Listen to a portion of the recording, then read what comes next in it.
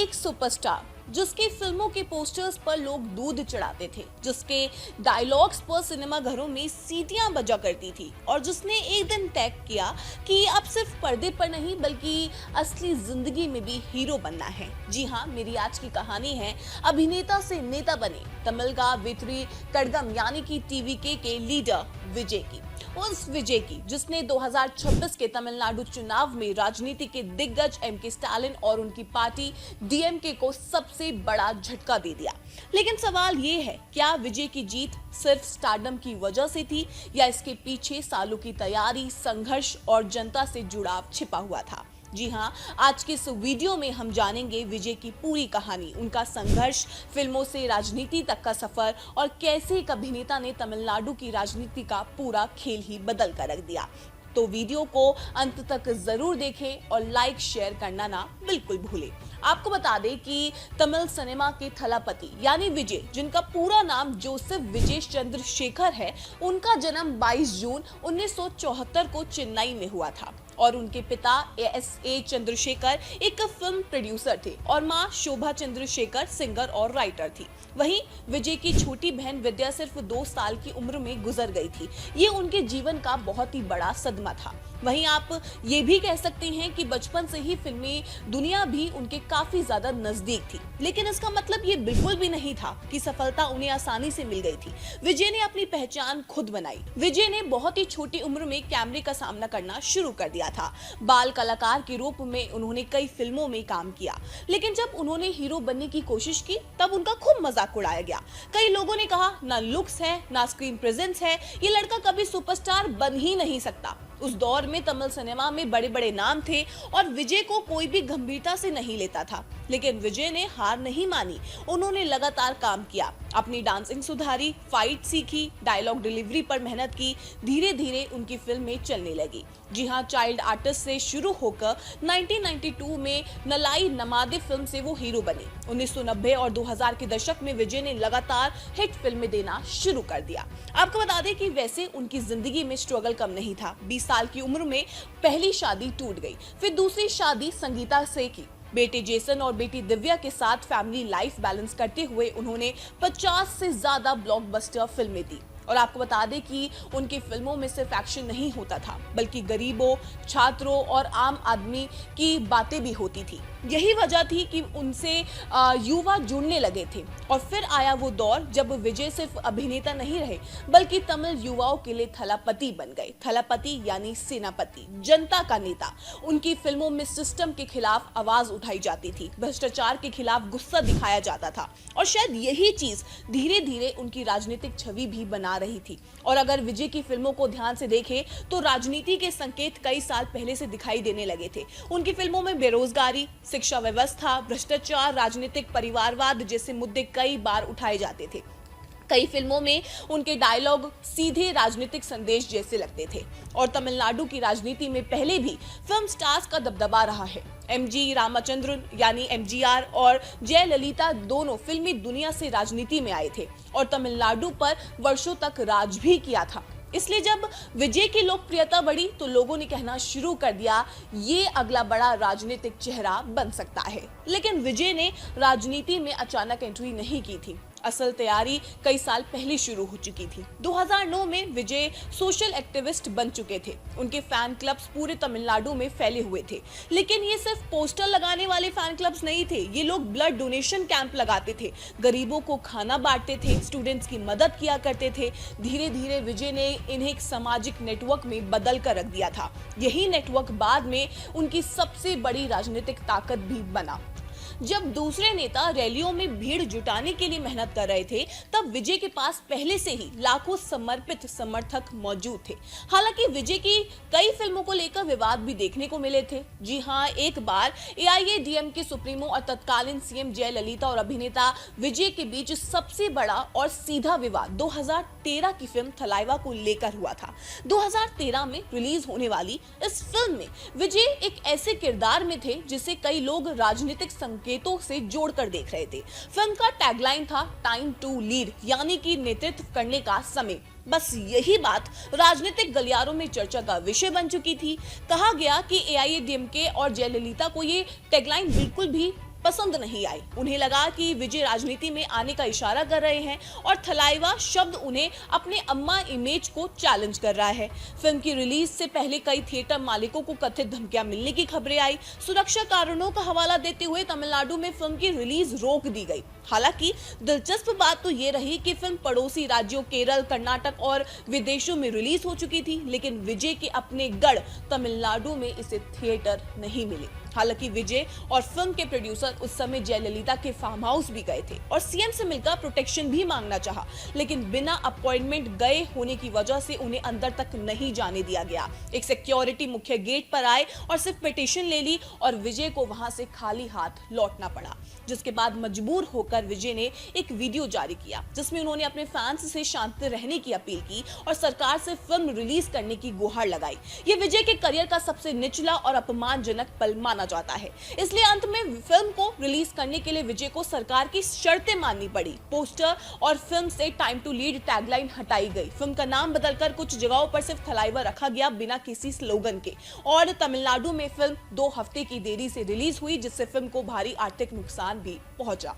फिर 2018 में विजय की फिल्म सरकार रिलीज हुई। इस फिल्म में भ्रष्ट राजनीति और सरकारी योजनाओं को लेकर कुछ ऐसे दृश्य थे जिससे एआईएडीएमके और नेताओं ने अपने सीधे पार्टी पर हमला बताया। फिल्म के कुछ सीन और डायलॉग्स को लेकर भारी विवाद भी हुआ। एआईएडीएमके कार्यकर्ताओं ने प्रदर्शन किए, पोस्टर फाड़े गए, फिल्मों से कुछ सीन हटाने की मांग उठी। हालांकि उस समय जयललिता का तो निधन हो चुका था, लेकिन एआईएडीएमके और विजय के बीच तनाव खुलकर सामने आ गया था। वहीं विजय के पिता और फिल्म निर्देशक एस ए चंद्रशेखर ने कई बार संकेत भी दिए कि उनके बेटे को राजनीतिक कारणों से टारगेट किया जा रहा है। उन्होंने कहा कि विजय की बढ़ती लोकप्रियता कुछ लोगों को परेशान कर रही है। इन बयानों के बाद मीडिया में चर्चा तेज हो गई कि क्या विजय भविष्य में राजनीति में आने वाले हैं और क्या इसी वजह से उन पर दबाव बनाया गया है। लेकिन इन विवादों ने विजय को और भी ज्यादा बड़ा बना दिया था। जनता को लगा कि विजय सिस्टम से लड़ रहे हैं। फिर आयकर छापे, राजनीतिक बयान और सरकार के साथ तनाव, इन सब ने विजय की छवि को सत्ता विरोधी बना दिया। युवा वर्ग को लगा कि ये आदमी सिर्फ फिल्मों से में नहीं बल्कि असल जिंदगी में भी सत्ता से टकराने की हिम्मत रखता है। हालांकि इन सब तनावों की वजह से एक बार विजय को शूटिंग के बीच से ही आयकर विभाग उठा ले गया था। जी हां, घटना 5 फरवरी 2020 की है। विजय अपनी फिल्म मास्टर की शूटिंग नेवली की एक लिग्नाइट माइन में कर रहे थे। आयकर विभाग के अधिकारी वहां पर पहुंचे और शूटिंग रुकवा दी। विजय को वहीं से उनकी कार से बिठाकर चेन्नई ले जाया गया। मीडिया में खबरें चलने लगी कि विजय तो मुश्किलों में है और शायद अब उनका करियर तक खत्म हो सकता है। आपको बता दें कि विजय के घर पर करीब 30 घंटे तक पूछताछ चली थी। कयास लगाए जा रहे थे कि करोड़ों का काला धन मिलेगा, लेकिन अंत में क्या हुआ? आयकर विभाग को विजय के पास से कुछ भी अवैध मिला ही नहीं। विजय ने एक एक पैसे का हिसाब और टैक्स रसीद पेश की। उन्हें पूरी तरह से क्लीन चिट मिल गई और छापेमारी के बाद जब विजय वापस मास्टर के सेट पर लौटे तो वहां हजारों फैंस का हुजूम जमा हुआ। विजय ने एक वैन के ऊपर चढ़कर उन हजारों फैंस के साथ एक सेल्फी ली और आपको बता दें कि विजय द्वारा पोस्ट की गई ये सेल्फी भारत में उस साल की सबसे ज्यादा ट्वीट की जाने वाली फोटो भी बनी। और खास बात ये रही कि इस पूरे घटनाक्रम के दौरान एक ऐसी तस्वीर सामने आई जिसने माहौल ही बदल कर रख दिया। आयकर विभाग की टीम में शामिल एक अधिकारी जो खुद विजय का बहुत बड़ा फैन बताया गया, उसने विजय के साथ फोटो खिंचवाई। वहीं विजय की अपनी सेल्फी और फैंस के बीच दिखाई गई मुस्कान ने भी एक बहुत बड़ा राजनीतिक संदेश दिया। लोगों को लगा कि विजय इस कार्रवाई से बिल्कुल भी घबराए नहीं है, बल्कि पहले से ज्यादा आत्मविश्वास और मजबूती के साथ सामने आए हैं। सोशल मीडिया पर यह तस्वीर तेजी से वायरल हुई और उनके समर्थकों ने इसे थलापति कभी नहीं डरता वाले नैरेटिव से जोड़ दिया। कई फैंस का मानना था कि इस घटना ने विजय की इमेज को और भी ज्यादा मजबूत कर दिया है, एक ऐसे स्टार की जो दबाव के बीच भी शांत और मजबूत दिखाई देता है। और 2026 की जीत की बुनियाद दरअसल उसी दिन रखी गई थी जब सरकारी एजेंसियों के दबाव के बावजूद विजय ने मुस्कुराते हुए अपने समर्थकों के साथ वो यादगार फोटो क्लिक की थी। लेकिन वैसे क्या आप लोग जानते हैं कि विजय पहले सत्ता में नहीं आना चाहते थे? जी हाँ, इसको लेकर विजय का उनके पिता के साथ एक बड़ा राजनीतिक विवाद भी हुआ था। दरअसल थलपति विजय ने सितंबर 2021 में अपने पिता एस.ए. चंद्रशेखर और मां शोभा चंद्रशेखर समेत 11 लोगों के खिलाफ मद्रास हाईकोर्ट में सिविल मुकदमा दायर किया था। दरअसल साल 2020 में विजय के पिता एस.ए. चंद्रशेखर ने एक राजनीतिक पार्टी लॉन्च करने का ऐलान किया। इस पार्टी का नाम रखा गया ऑल इंडिया थलपति विजय मक्कल इयक्कम। सबसे बड़ी बात यह थी कि इस पार्टी में विजय और थलपति नाम का इस्तेमाल किया गया, जबकि उस समय विजय ने खुद किसी राजनीतिक पार्टी की घोषणा की ही नहीं थी। यहीं से विवाद शुरू हो गया। विजय ने तुरंत सार्वजनिक बयान जारी करके साफ कर दिया कि उनका इस पार्टी से कोई भी लेना देना नहीं है। उन्होंने अपने फैन से भी कहा कि कोई भी इस पार्टी में शामिल ना हो। विजय को सबसे ज्यादा आपत्ति इस बात से थी कि उनके नाम और लोकप्रियता का इस्तेमाल राजनीतिक मकसद के लिए किया जा रहा था। इसके बाद मामला और भी ज्यादा गंभीर हो गया। रिपोर्ट्स के मुताबिक विजय ने कानूनी तौर पर अपने पिता और पार्टी से जुड़े लोगों के खिलाफ शिकायत दर्ज करवा दी। उन्होंने कहा कि बिना उनकी अनुमति के उनके नाम, फोटो और फैन क्लब नेटवर्क का इस्तेमाल नहीं किया जा सकता है। ये खबर सामने आते ही पूरे तमिलनाडु में हलचल मच गई। लोग हैरान थे कि एक बेटा अपने ही पिता के खिलाफ इतना बड़ा कदम कैसे उठा सकता है। हालांकि एस.ए. चंद्रशेखर ने बाद में मीडिया से बातचीत करते हुए कहा कि उनका इरादा विजय को नुकसान पहुंचाने का बिल्कुल भी नहीं था। उन्होंने दावा किया कि वो सिर्फ विजय के फैंस को एक मंच देना चाहते थे, लेकिन विजय इस बात से नाखुश थे। उनकी अनुमति के बिना राजनीतिक गतिविधियां क्योंकि शुरू कर दी गई थी। इस विवाद के बाद विजय के फैंस भी दो हिस्सों में बंटे नजर आए। कुछ लोग पिता का समर्थन कर रहे थे, तो कुछ लोगों का कहना था कि विजय अपने राजनीतिक भविष्य को लेकर बेहद सावधान रहते हैं और इसलिए उन्होंने ये कदम उठाया है। उन्होंने कोर्ट में गुजारिश भी की कि कोई भी उनके नाम, फोटो या फैन क्लब का राजनीतिक सभाओं, मीटिंग्स या भीड़ जुटाने के लिए इस्तेमाल ना करे। फिर कोर्ट ने विजय के पक्ष में फैसला भी लिया और इस केस ने फैमिली में तनाव भी काफी ज्यादा पैदा कर दिया, लेकिन बाद में रिश्ते सामान्य हो गए थे। हालांकि दिलचस्प बात तो ये रही कि इस पूरे विवाद के कुछ साल बाद ही विजय ने खुद राजनीति में एंट्री कर ली। यानी जिस चीज से वो 2020 में दूरी बना रहे थे, उसी राजनीति में बाद में उन्होंने पूरी ताकत के साथ कदम रखा। लेकिन फर्क सिर्फ इतना था कि इस बार पार्टी पूरी तरह से विजय के नियंत्रण में थी। जी हाँ, फरवरी 2024 में उन्होंने फिल्मों से संन्यास ले लिया और आधिकारिक रूप से राजनीति में एंट्री कर ली। उन्होंने अपनी पार्टी बनाई, तमिलगा वेतुरी कड़गम यानी टीवीके। इस नाम का अर्थ है तमिलनाडु की विजय सभा। पूरा तमिलनाडु हिल गया, क्योंकि ये सिर्फ एक अभिनेता की एंट्री नहीं थी, बल्कि तमिल राजनीति के दो बड़े दलों डीएमके और एआईएडीएमके को सीधी चुनौती थी। और धीरे धीरे ये सिर्फ एक पार्टी नहीं बल्कि बदलाव की नई उम्मीद बनती चली गई। सितंबर 2024 में चुनाव आयोग ने टीवीके को आधिकारिक मान्यता दे दी। इसके बाद 22 अगस्त 2024 को पार्टी का झंडा लॉन्च किया गया, जिसमें समानता और न्याय का संदेश छिपा हुआ था। आपको बता दें कि विजय ने खुद को सिर्फ स्टार नहीं बल्कि बदलाव के चेहरे के रूप में पेश किया।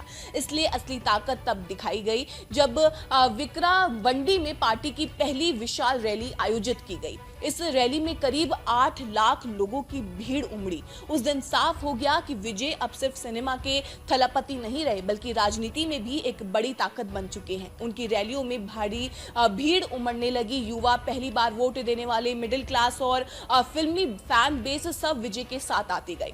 आपको बता दें कि विजय ने अपनी राजनीति की शुरुआत से ही बड़े हमले करने शुरू कर दिए थे। उन्होंने तमिलनाडु की पारंपरिक राजनीति पर सवाल उठाते हुए डीएमके और एआईएडीएमके दोनों दलों पर वंशवाद की राजनीति करने का आरोप भी लगा दिया था। विजय ने यह भी कहा था कि राज्य को अब परिवारवादी राजनीति नहीं बल्कि नई सोच और नए नेतृत्व की जरूरत है। टीवीके ने खुद को युवाओं की पार्टी के रूप में पेश किया था। पार्टी का फोकस साफ था, युवाओं को रोजगार, तमिलनाडु को नशा मुक्त कराना, महिलाओं के लिए नई कल्याणकारी योजनाएं, छात्राओं को बिना गारंटी एजुकेशन लोन और राज्य से भ्रष्टाचार खत्म करना। फिर मदुरै की विशाल रैली में विजय ने बड़ा ऐलान करते हुए खुद को मुख्यमंत्री पद का चेहरा घोषित कर दिया। इस घोषणा के बाद चुनावी माहौल पूरी तरह से बदल गया। युवा वोटर्स तेजी से टीवीके के साथ जुड़ने लगे। विजय के करोड़ों फैंस, उनके पुराने फैन क्लब और सोशल मीडिया पर जबरदस्त कैंपेन ने पार्टी को ऐसी ताकत दी जिसने तमिलनाडु की राजनीति में टीवीके को सबसे चर्चित नाम बना दिया। विजय का चुनावी अभियान बिल्कुल उनकी फिल्मों की तरह हाई एनर्जी और दमदार दिखाई दिया। जहां भी उनकी रैली होती वहां हजारों लोग थलापति थलापति के नारे लगाते। मंच पर विजय की एंट्री किसी फिल्मी सीन के से कम नहीं लगती थी। सोशल मीडिया पर उनके भाषण, रैली के वीडियोस और जनता के बीच उनकी मौजूदगी तेजी से वायरल होने लगी। खासकर युवाओं ने टीवीके के कैंपेन को डिजिटल मूवमेंट में बदल दिया। विजय ने खुद को सिर्फ एक नेता नहीं बल्कि बदलाव की आवाज के रूप में पेश किया। उन्होंने सीधे तौर पर डीएमके और एआईएडीएमके पर निशाना साधते हुए कहा कि तमिलनाडु पिछले करीब 60 सालों से दो ही पार्टियों के बीच घूम रहा है और अब राज्य को नई राजनीति की जरूरत है। यही वजह थी कि टीवीके का कैंपेन सिर्फ चुनाव प्रचार नहीं रहा बल्कि धीरे धीरे एक सत्ता विरोधी लहर में बदल गया, जिसने तमिलनाडु की राजनीति में बड़ा भूचाल ला दिया। जी हां, 2026 का तमिलनाडु चुनाव शायद राज्य की राजनीति का सबसे बड़ा टर्निंग पॉइंट बन गया। मई 2026 के तमिलनाडु विधानसभा चुनाव ने राज्य की राजनीति का पूरा समीकरण ही बदल कर रख दिया था। जिस टीवीके को कुछ लोग सिर्फ एक फिल्म स्टार की पार्टी मान रहे थे, उसने पहले ही चुनावी लड़ाई में ऐसा धमाका किया कि पूरे देश की नजरें तमिलनाडु पर टिक गई। विजय की पार्टी टीवीके ने करीब 108 से 110 सीटें जीतकर सबसे बड़ी पार्टी का दर्जा हासिल कर लिया। हालांकि बहुमत के आंकड़े 118 से वो थोड़ा सा पीछे रह गया, लेकिन इतना तो तय हो गया कि तमिलनाडु में अब नई राजनीति का दौर शुरू हो चुका है, क्योंकि युवाओं और शहरी वोटर्स ने बड़ी संख्या में विजय का समर्थन किया। लोग बदलाव चाहते थे और विजय ने खुद को उसी बदलाव के प्रतीक के रूप में पेश किया। हालांकि सबसे बड़ा झटका लगा एमके स्टालिन और उनकी पार्टी डीएमके को। कभी तमिलनाडु की सबसे मजबूत पार्टी मानी जाने वाली डीएमके सिर्फ करीब 52 सीटों पर सिमट गई। इतना ही नहीं, खुद स्टालिन को भी हार का सामना करना पड़ा। वहीं एआईएडीएमके लगभग 39 सीटों तक ही सीमित रही और कांग्रेस का प्रदर्शन भी काफी ज्यादा कमजोर रहा। विजय ने अपनी सीट रिकॉर्ड 49,000 से ज्यादा वोटों के अंतर से जीती। चेन्नई, मदैरू और कोंगोनाडु जैसे इलाकों में टीवीके ने जबरदस्त प्रदर्शन किया। बीजेपी भी इस चुनाव में कोई बड़ा असर नहीं छोड़ सकी और सिर्फ एक सीट तक ही सिमट गई। वही राजनीतिक जानकार मान रहे हैं कि ये सिर्फ एक चुनावी जीत नहीं बल्कि पिछले करीब 60 साल से तमिलनाडु में चल रहे डीएमके और एआईएडीएमके के राजनीतिक चक्र का अंत भी है। लेकिन सवाल है, आखिर विजय की इस ऐतिहासिक सफलता के पीछे सबसे बड़े कारण क्या थे? तो पहला कारण था युवा लहर। 18 से 35 साल की वोटर्स बड़ी संख्या में टीवीके के साथ नजर आए। युवाओं को लगा कि पुरानी पार्टियां अब उनके मुद्दों को समझ ही नहीं रही है। बेरोजगारी, नशे और भविष्य को लेकर चिंता ने युवा वोटर्स को बदलाव की तरफ धकेला। दूसरा बड़ा कारण बना विजय का करिश्मा। सालों से बना उनका फैन बेस इस बार सीधे वोट में बदल गया। जो लोग पहले उनकी फिल्मों के लिए टिकट खरीदा करते थे, वही लोग अब उन्हें वोट देने बूथ तक पहुंचे। तीसरा कारण था वंशवाद के खिलाफ गुस्सा। विजय ने लगातार डीएमके और दूसरी पारंपरिक पार्टियों पर परिवारवाद का आरोप लगाया। उन्होंने खुद को आम लोगों की आवाज के तौर पर पेश किया और यही बात जनता को पसंद आ गई। चौथा कारण था लोकल मुद्दों पर फोकस। जहां दूसरी पार्टियां बड़े राजनीतिक वादों से उलझी हुई थी, वहीं टीवीके बेरोजगारी, ड्रग्स और शिक्षा जैसे मुद्दों को लगातार उठा रही थी। और पांचवा सबसे बड़ा कारण बना दमदार कैंपेन। विजय की रैलियां किसी फिल्मी इवेंट जैसे लगती थी। थलापति थलापति के नारों के बीच सोशल मीडिया पर उनकी डिजिटल रीच ने चुनावी माहौल पूरी तरह से बदल दिया। आज हालात ये है कि विजय सिर्फ एक अभिनेता या नेता नहीं बल्कि तमिलनाडु के नए जननायक बन चुके हैं। कई लोग उनकी तुलना एमजी रामचंद्र यानी एमजीआर से करने लगे हैं। फर्क सिर्फ इतना है कि जहां कई फिल्मी सितारे राजनीति में टिक नहीं पाए, वहीं विजय ने यह साबित कर दिया कि अगर स्टार पावर के साथ मजबूत एजेंडा और जनता से जुड़ाव हो तो राजनीति में भी इतिहास रखा जा सकता है। जी हाँ, एक लड़का जिसका कभी मजाक उड़ाया गया, जिसे कहा गया कि वो हीरो नहीं बन सकता, वही लड़का पहले सुपरस्टार बना और फिर लाखों लोगों की उम्मीद बना। तो विजय की कहानी सिर्फ राजनीति की कहानी नहीं है, ये संघर्ष, मेहनत और सही समय पर सही फैसला लेने की भी कहानी है। और शायद इसी वजह से 2026 का तमिलनाडु चुनाव इतिहास में हमेशा याद रखा जाएगा, क्योंकि इस चुनाव ने साबित कर दिया कि जनता जब बदलाव चाहती है तो एक अभिनेता भी राजनीति का सबसे बड़ा खिलाड़ी बन सकता है। तो दोस्तों, ये थी संघर्ष से सत्ता तक पहुंचने वाली विजय की पूरी कहानी। अगर आपको ये वीडियो पसंद आई हो तो वीडियो को लाइक करें, शेयर करें और चैनल को सब्सक्राइब करना बिल्कुल ना भूलें।